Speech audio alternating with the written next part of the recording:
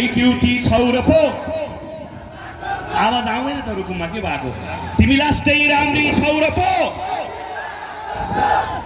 आखिर सिन्दुर पोते अर्कैको सजाएर गई राजा राजा भन्थी बाजा बजाएर गई मलाई राजा राजा भन्थी बाजा बजाएर गई।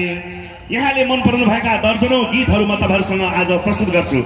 सर्वप्रथम यहाँहरू सबैलाई यो रंगहरूको पर्व होलीको हार्दिक मंगलमय शुभकामना व्यक्त गर्न चाहन्छु। Happy Holi all of you. Thank you. प्रिय कार्यक्रम सञ्चालक बहुप्रतिभाशाली भाइ हाम्रो शान्ताराम सेन्चुरी भाइ, साथै प्रिय भाइको कारणले पश्चिममा मैले धेरै ठाउँहरू देख्ने अवसर पनि मिलेको छ। मलाई म भाइलाई हृदयदेखि हार्दिक हार्दिक सम्मान व्यक्त गर्न चाहन्छु र सांगीतिक उज्जवल भविष्यको पनि कामना व्यक्त गर्न चाहन्छु। र चौरजोहारी, यो चौरजोहारी चाहिँ असाध्य आउन मन लागेको थियो। पहिला एकपटक आएको थिएँ, कोरोनाको बेलामा समापनको दिनमा म आएको थिएँ, प्रस्तुति दिनै पाइनँ, प्रशासनले हामीलाई कार्यक्रम गर्न दिन आएर फर्केर गएको म।